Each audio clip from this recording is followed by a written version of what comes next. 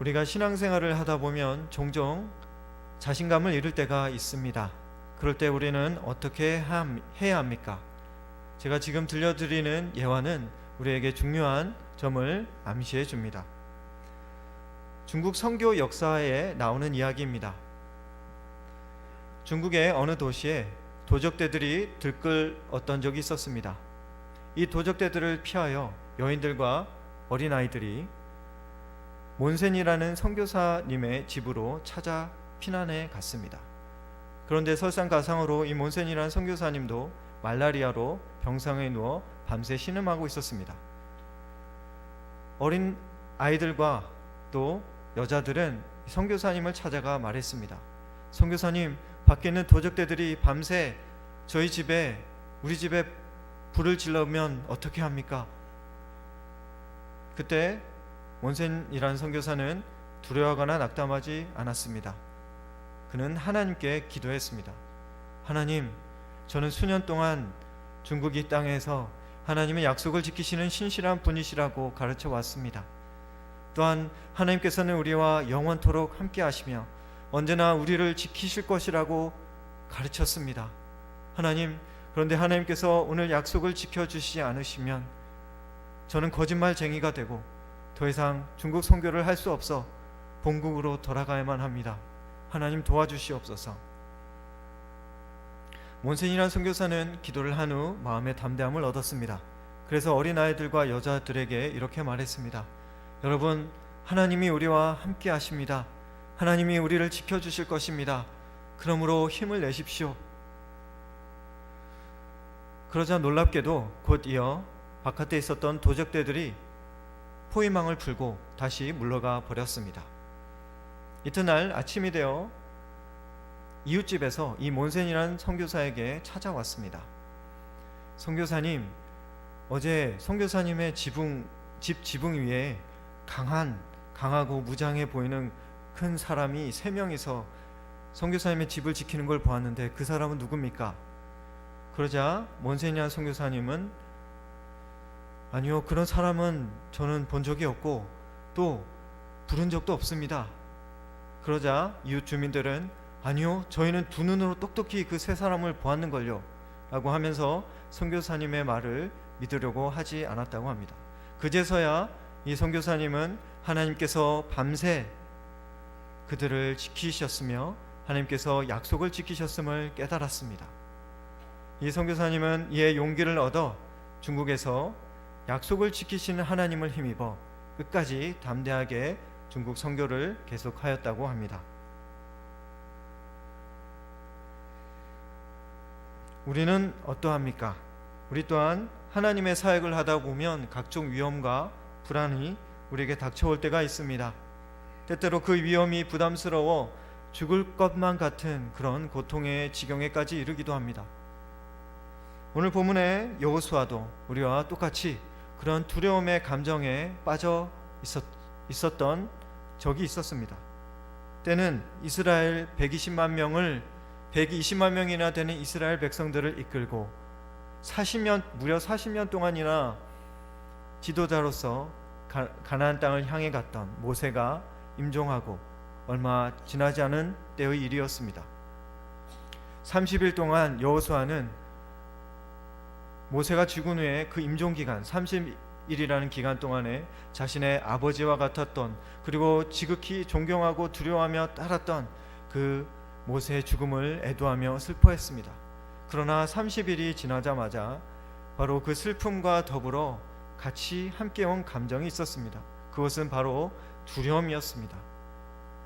왜냐하면 두려움이란 곧 우리의 부정적인 감정들과 함께 섞여서 오는 법이니까 말입니다. 무려 40년 동안이나 모세 바로 옆에서 모세를 보좌한 경험이 나름 있었던 여호수아였지만 여호수아에게도 걱정이 있었습니다. 과연 내가 이 수많은 백성들을 이끌고 적군이 도사리는 저 가나안 땅으로 들어갈 수 있을 것인가? 과연 훌륭한 지도자였던 모세처럼 나도 존경받는 지도자가 될 수 있을 것인가? 모세가 그 존경했던 모세도 이루지 못한 일을 과연 내가 이어받아서 그 일을 성취해낼 수 있겠는가? 만약 여러분이 여호수아였다면 어땠겠습니까? 이제 당장 요단강을 건너가야 하는데 그 강을 건널 큰 배는커녕 거룻배 한 척도 없는 상황이었다고 쳐봅시다. 곧 무장한 군대와 중무장한 군대와 싸워야 하는데 우리가 이끄는 백성들은 제대로 된 무기도 없다고 쳐봅시다.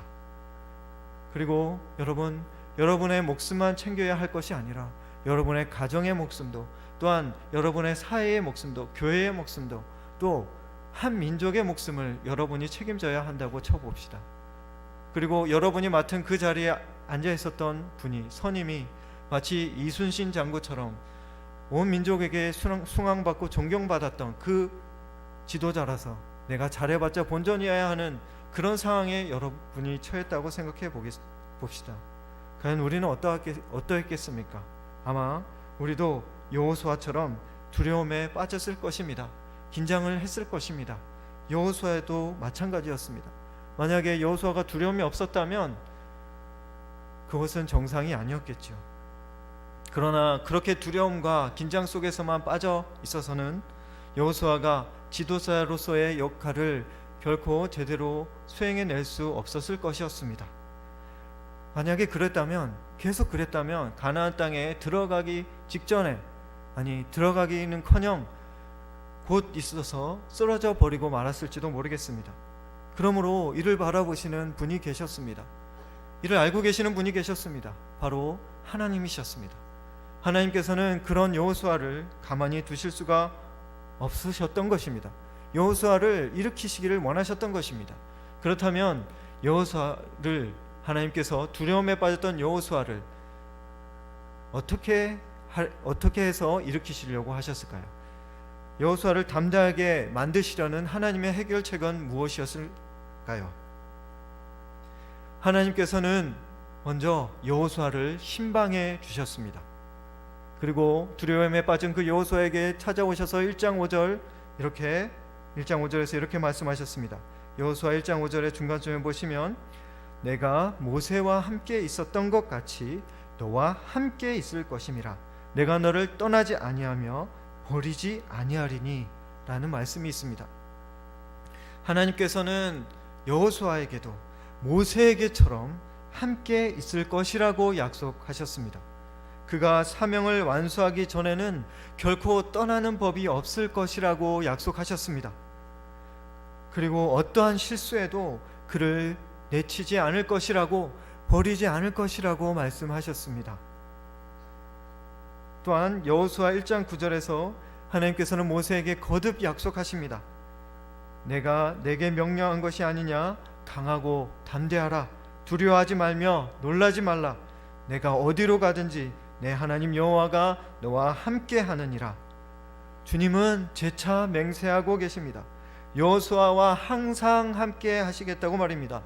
심지어는 그가 가는 장소 어디든지 아랑곳하지 않고 늘 동행하실 것이라고 약속하십니다. 사랑하는 성도님 여러분, 두려움에 처한 그 여호수아에게 하나님께서 어떻게 하고 계십니까? 함께 하시겠다고 신방하셔서 약속해 주고 계십니다. 그렇다면 과연 이 처방을 받고 여호수아는 어떻게 되었습니까? 성경에서 밝혀주시는 것은 여러분도 아실 것입니다. 여호수아는 이 약속의 음성을 듣고 나서 담대한 마음을 얻었습니다. 왜냐하면 전능하신 하나님이 그와 함께 하시기 때문이었습니다. 모세에게 수많은 권능을 베푸셨던 그 하나님이 자신과 함께 하시기 때문이었습니다. 그렇게 자신과 함께 하시겠다는 그 약속은 모세에게 수없는 큰 용기를 가져다 주었습니다. 그리고 비로소 용감하게 오늘 본문의 10절부터 이제 요단강을 건너려는 그의 지도자 사역을 출발하게 됩니다. 사랑하는 성도님 여러분, 여러분은 어떠십니까? 나에게 주어진 새로운 환경으로 인해 두려움이 있으십니까? 나에게 새해 주어진 새로운 직분으로 인해서 부담감이 있으십니까? 내가 이끌고 부양해야 할 가족으로 인해 여러분의 책임감이 무거우십니까? 내게 주신 하나님의 사명과 꿈을 내가 과연 완수할 수 있을까? 내가 잘 해낼 수 있을까? 라는 그런 두려움이 있으십니까? 여러분, 우리는 그럴 수 있습니다. 여호수아도 마찬가지였습니다.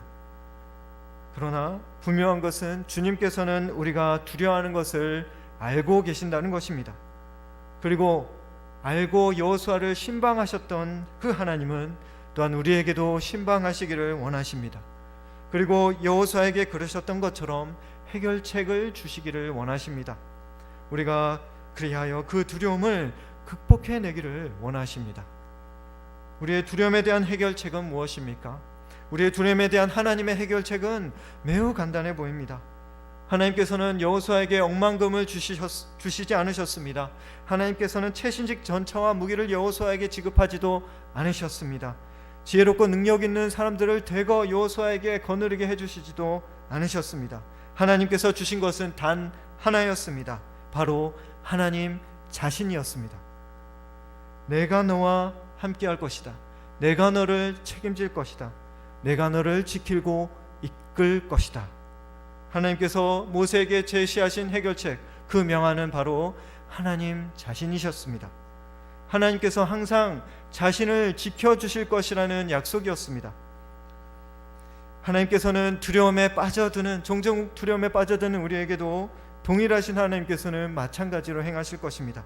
마찬가지로 하나님께서는 우리에게 담대한 마음을 주시기를 원하실 것입니다. 그래서 하나님께서는 우리에게도 찾아오실 것입니다. 오늘 여호수아에게 말씀으로 찾아오셨던 것처럼 우리에게도 찾아오실 것입니다. 설교를 듣는 중에, 성경을 읽는 중에, 기도회 중에, 또 성경을 보는 중에, 산책하는 중에, 또한 지인을 통해서 여러 방면, 여러 방법을 모두 다 동원하여서 사랑의 말씀으로 반드시 하나님께서 여러분에게 찾아오실 것입니다. 그리고 말씀하실 것입니다. 나의 사랑하는 아들아, 딸아, 두려워하지 말아라. 강하고 담대하라. 왜냐하면 지금도 내가 너와 함께하고 있기 때문이다. 내가 너를 버리지 않을 것이다. 내가 너를 책임질 것이다. 너의 사명을 다하는 그날까지 내가 반드시 너를 지키고 이끌 것이다 라고 말씀하실 것입니다. 어느 심장병 환자의 실제 고백입니다. 이 이야기 속에는 우리에게 담대함을 주시려는 하나님의 사랑의 성품이 나타나 있습니다. 여러분이 여기 나오는 심장병 환자라고 본인이라고 생각하시고 한번 들어보시기 바랍니다. 저는 심장병 환자였습니다. 제게 잊지 못할 기억이 있습니다. 그것은 심장 수술을 받기 전날부터 시작된 일이었습니다. 간호사가 나를 찾아왔습니다. 간호사는 상냥하게 나의 손을 잡고 자기 손을 꽉 잡아보라고 시켰습니다. 그리고 말했습니다. 내일 당신은 심장 수술을 받게 될 것입니다. 그리고 그동안 심장 수술을 받는 동안 당신의 몸에서 심장이 분리될 것입니다. 당신은 오직 기계의 도움에 의하여 생명이 유지될 것입니다. 수술이 성공적으로 끝나면 심장이 새롭게 연결될 것입니다. 그리고 정상적인 기능을 발휘할 것입니다. 그 다음 당신은 회복실로 옮겨질 것이고 그곳에서 얼마간의 시간이 지나면 의식이 비로소 깨어날 것입니다. 의식이 깨어난 후에도 6시간 동안은 전혀 움직일 수가 없습니다. 볼 수도 없고 말할 수도 없으며 심지어는 손끝 하나 움직이지도 못할 것입니다. 바로 그때 제가 당신 곁에서 지금과 같이 손을 꼭 잡고 있을 것입니다. 그래서 언제 닥칠지 모르는 위험을 일일이 점검하고 기록하고 필요한 조치를 당신을 위해서 완벽하게 해줄 것입니다. 그때 당신은 내가 함께하고 있다는 사실을 확실하게 느끼게 될 것입니다. 이 사실을 잊지 말고 반드시 용기를 내고 이 수술을 잘 감당해내세요 라고 간호사가 말했습니다.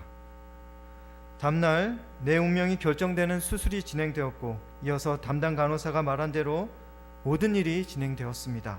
그때 나는 내 손을 붙들고 나와 함께하고 있는 간호사의 손길을 확인하면서 이루 말할 수 없는 안도감과 위로를 얻었고 아울러 삶에 대한 확신과 용기를 가질 수 있었습니다. 내 생애 가장 어렵고 중요한 순간에 그녀가 내 손을 붙들고 내 모든 문제를 하나하나 처치해 가고 있다는 생각이 들자 비록 잘 모르는 그녀지만 그녀와 함께하는 그 순간이 내게 얼마나 가치 있고 푸근한 것이었는지 다른 사람들은 내가 말해도 아마 상상하지 못할 것입니다. 사랑하는 성도님 여러분, 간호사가 심장병 환자에게 가장 가치 있는 순간을 선물했습니다. 그것은 두려울 때 함께함으로 빚어진 기억이었습니다. 우리도 마찬가지입니다. 하나님께서는 우리 생애 가장 어려운 순간에도 우리의 손을 붙들어 주시는 분이십니다. 우리 문제 하나하나를 처치해 나가시는 분이십니다. 그리하여 우리의 삶의 가장 어두운 터널을 통과하는 그 순간도 가장 아름답게 바꾸어 가시는 분이 바로 우리를 사랑하시는 하나님이십니다. 우리는 여기서 예수님이 이 땅을 떠나실 때 또한 우리에게 약속하신 것을 우리는 떠올릴 수 있습니다. 예수님이 이 땅을 떠나실 때 우리에게 약속하신 것이 무엇입니까? 예수님이 떠나시면서 안타까워하시면서 우리에게 주시겠다고 하신 것이 무엇입니까? 바로 보혜사 성령님이십니다. 성령님은 원문에 의하면 파라클레이토스입니다. 바로 우리 옆에 와 계시는 분이라는 뜻입니다. 여러분, 우리 옆에 바로 이 예배당 안에서 우리 옆에 예수님께서 와 계십니다. 또한 예수님은 승천하시기 직전에 마지막으로 약속하셨습니다. 우리에게도 약속하신 말씀입니다. 볼지어다 내가 세상 끝날까지 너희와 항상 함께 있으리라. 그렇게 약속하셨습니다. 그렇습니다. 예수님은 나와 떨어져 있는 분이 아닙니다. 바로 내 곁에 오셔서 내 손을 꼭 붙잡아 주시는 분이십니다. 예수님, 바로 우리 하나님은 우리와 항상 함께 하시는 분이십니다. 그러므로 사랑하는 성도님 여러분, 우리가 두려움에 종종 처할 때에, 우리 자신감이 없어질 때에 우리는 어떻게 해야 합니까? 우리는 우리 하나님을 믿어야 합니다.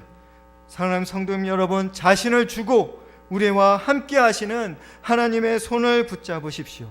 또한 내 곁에 와 계신 성령님께 기도하십시오. 그러면 여러분도 주님을 반드시 뵙게 될 것입니다. 주님의 음성을 여러분도 듣게 될 것입니다. 여러분의 손을 꽉 붙잡으시며 사랑하는 그 심령으로 주님께서는 반드시 여러분에게도 담대함을 주실 것입니다.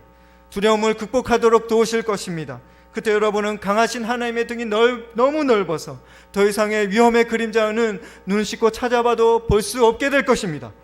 하나님의 약속을 붙잡으십시오. 그러면 두려워하는 그 일에 여러분도 반드시 다시 도전할 수 있을 것입니다.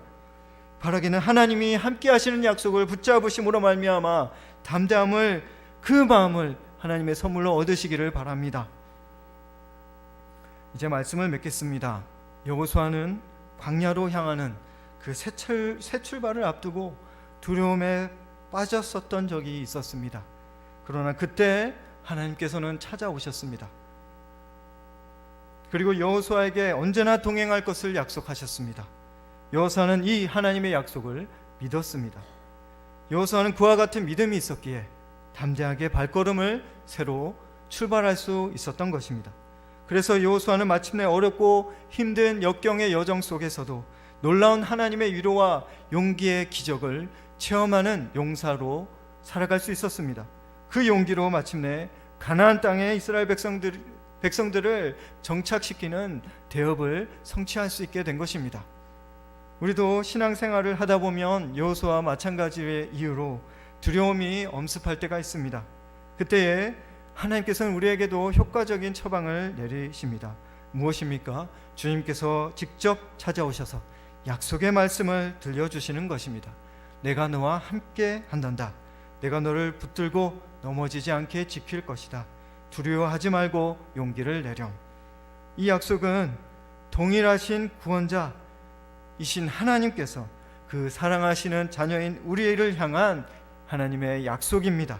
이 약속은 우리를 향해서 변함없이 계속 유지될 것입니다. 그리고 반드시 이루어질 것입니다. 그러므로 주님의 약속을 믿으시기 바랍니다. 그러면 우리 또한 여호수아처럼 두렵게 하는 일들을 극복해내고 하나님의 사명을 성취하게 될 줄로 믿습니다. 바라기는 그와 같은 은혜가 저와 여러분에게 있기를 예수님의 이름으로 간절히